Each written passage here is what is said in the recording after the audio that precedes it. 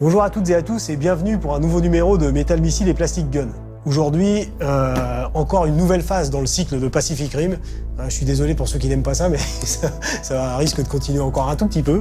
Donc nous allons voir Otachi, un monstre que j'affectionne, un kaiju que j'affectionne particulièrement. Donc commençons comme d'habitude par l'extérieur, toujours les boîtes monolithiques de nos amis de NECA. Donc des couleurs pierre et profondes, vraiment imposantes. Peu de gimmicks, peu d'indications, c'est efficace. Voilà, des photos du jouet derrière et de ses possibilités. Donc voilà la première partie de la boîte. Nous allons extraire Otachi. Alors comme vous pouvez le constater, elle se présente en deux parties. Donc sous vos yeux ébahis, je vais procéder au montage. Un montage relativement simple si nous avons de la chance. Donc je crois qu'il y a une bonne quarantaine ou 38 points d'articulation sur Otachi, donc c'est hautement appréciable. Bon, comme toujours, c'est peut-être un peu surfait dans le sens où vous utiliserez rarement tous les points d'articulation. Mais bon, dans un premier temps, on peut déjà constater que la queue est articulée, en haut, en bas, à droite, à gauche. Nous nous rappelons que dans le film, à un moment, Gypsy Danger a fort à partir avec la queue d'Otachi, puisque celle-ci est une arme à part entière qui se referme. Et là, vous pouvez constater que quand vous fermez une des griffes, toutes les autres suivent. Donc ça laisse supposer qu'à l'intérieur, il y a un engrenage qui permet que les trois griffes s'engagent en même temps. Donc ça, c'est vraiment très très bien fait. Je le répète, une sculpture extrêmement détaillée, vraiment reptilienne, avec des écailles, des fentes. Son jabot comporte des petites taches de bioluminescence. La plupart des kaijus sont très très puissants, mais ils sont pas très rapides et surtout ils sont pas très malins. Elle, au contraire, elle est rapide, elle est rusée et elle peut se servir de ces différents avantages pour surprendre et mettre à mort l'adversaire. Guillermo del Toro était très désireux de surprendre le spectateur, c'est-à-dire que pour lui, quand un spectateur voit un kaiju une première fois, il est effrayé et puis il s'habitue au design du kaiju et la frayeur baisse. Donc il tenait à ce que les différents kaiju aient tous des caractéristiques qui leur appartiennent tous et des caractéristiques supplémentaires.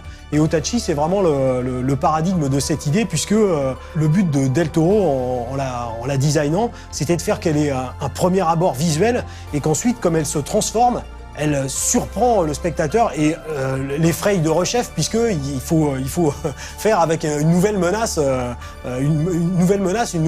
qui plus est inattendue. Au début du combat entre Gypsy Danger et Otachi, on ne réalise pas qu'en fait, dans les bras d'Otachi sont cachées des ailes qu'elle peut déployer au moment opportun. Et puis, il y a autre chose aussi qu'on ne réalise pas, c'est justement la poche à acide qui constitue la gorge d'Otachi. C'est quand même l'acide qu'elle peut produire et cracher à forte distance, qui est hautement toxique, qui envoie notre ami Tcherno Alpha ad patres. À l'instar d'Otachi dans le film, vous pouvez ouvrir de la même façon la mâchoire d'Otachi, c'est-à-dire qu'elle ne s'ouvre pas du haut vers le bas ou du bas vers le haut, elle s'ouvre sur les côtés. Et ici, vous avez sa langue normale, et ici, vous avez le jet d'acide. C'est pas beau, ça ? Alors voilà, pareil, vous procédez, voilà, au prix d'une petite pression, et voilà, et votre Otachi est en train de projeter son acide à la face de l'équipe russe qui malheureusement ne s'en sortira pas. De nouveau, la cerise kaiju sur le gâteau, c'est le baby Otachi. Mais oui, car c'est ce qui nous permet de déduire intelligemment que Otachi est un kaiju femelle, c'est que en elle porte un baby kaiju. Il doit à peine mesurer 2 cm et demi, 3 cm, et pourtant, les bras sont articulés, ainsi que la tête. Qui plus est, il a une espèce de cordon ombilical pour ajouter à l'aspect organique qui lui sort de la gorge.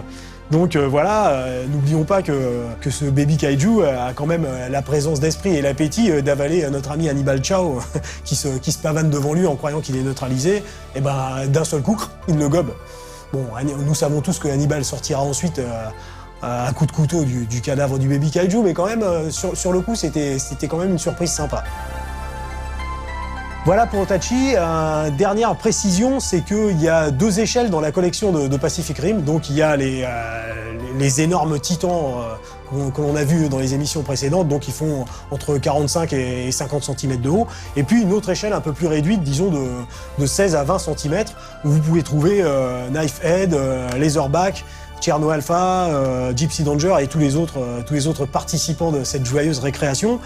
Ce qu'il faut savoir, c'est que Hitachi est un peu non-scale par rapport à cette collection et à cette échelle de 16-20 cm, parce qu'elle est un peu plus imposante qu'eux, mais vous pouvez parfaitement créer des dioramas et faire des situations avec elle. Ça ne rendra que mieux sa puissance et son pouvoir de destruction.